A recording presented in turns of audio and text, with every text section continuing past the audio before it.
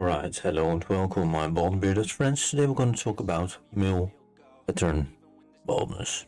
This will be a pretty hard subject, so bear with me.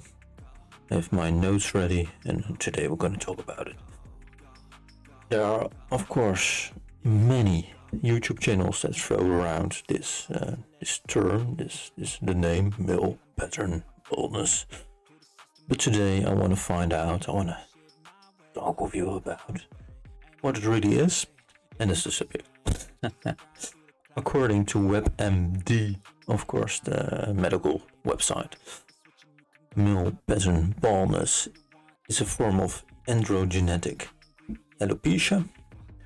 Alopecia, of course, meaning hair loss, and androgenetic means that it occurs in a male, in a human male. That will be MPB, male pattern baldness. There's also a FPB, female pattern baldness. That's really a subject I think I will make another video about it because it's really interesting. Lots of differences in hormones, also like in male pattern baldness. But I'm not a doctor, keep that in mind. This is in no way, shape or form medical advice. I just think it's really interesting, and for all the bald guys right here, I think it's interesting to know a little bit more about androgenetic alopecia, or better said, male pattern baldness. Cheers. A nice illustration of the male pattern baldness, the MPB, will be the Norwood scale. This is a scale used to determine the deterioration of your hairs on your head. Of course, all links I will put in the description. MPB accounts for about 95% of all hair loss in men. By age 35 is around 66% of American men will have some degree of hair loss. By age 50, around 85%. This will start most often with thinning on the crown part of the head, and even around 25% will already have some occurring male pattern baldness, the first symptoms, when they reach the ripe age of 21. So it's quite 1/4 of all men who will have male pattern baldness will have it starting by age 21, which is quite crazy. But actually, if you've seen my video beginning baldmen, that's probably me in that group. Although it's not that severe, but I shave it off.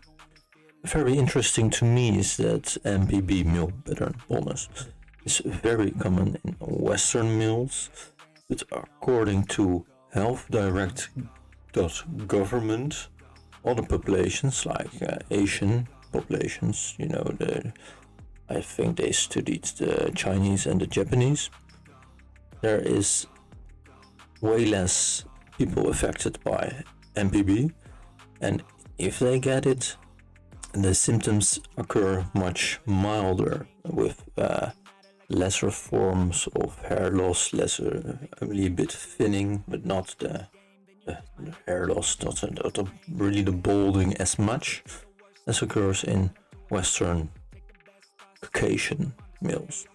I could have found actually about African or South American ethnicity groups. That's quite interesting to me.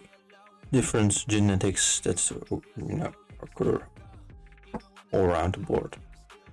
As many YouTube channels already brought to light, there are many men feel devastated by merely the thought of losing their hair, and really dislike the slow deterioration of their hairline, or sometimes fast deterioration of their hairline.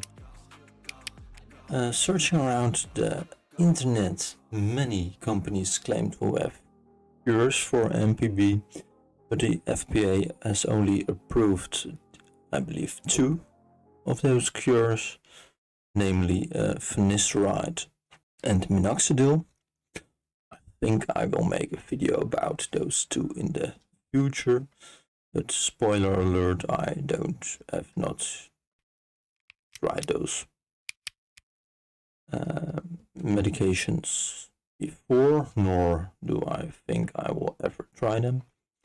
If you want to know more, why not? I explain it more in my video how to go bald and be confident about it, but it's just not really my thing. One very interesting part of MPB, male pattern baldness, is that it can be accelerated or starting from a multitude of other conditions, like an overdose of stress. So too much stress can literally make your hair lose your hair. I immediately think about all the presidents or minister presidents after their 1 or 2 terms. Most of them in a couple of years lose quite a lot of hair. I think, at least partly, because of the stress, but you never know for sure, of course, but can't be a coincidence, I believe.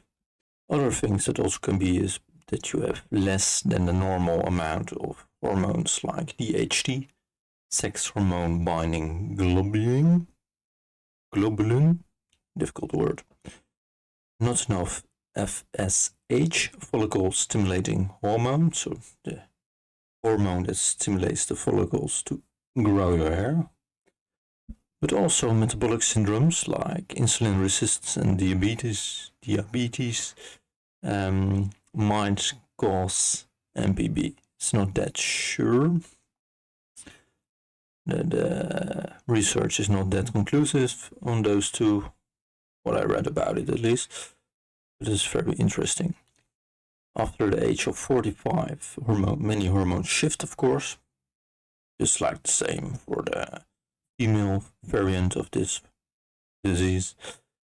Even more, of course, by 50, testosterone production slows down, just like DHT, which in turn makes your hair follicles shrink, which in result shortens the hair cycle, the natural cycle of your hair growth, which is why you get less hair growth and falling out of your hair.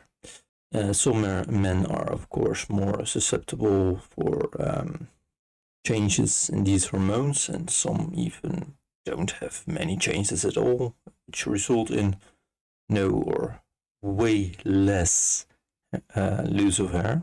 So that's why even my grandfather, in his 90s right now, still has quite a lot of hair. At least on the side, a bit on the front, but a bit of a comb over, but I would say for his age, quite a lot of hair, which makes it all the more interesting that I'm losing it on this young age.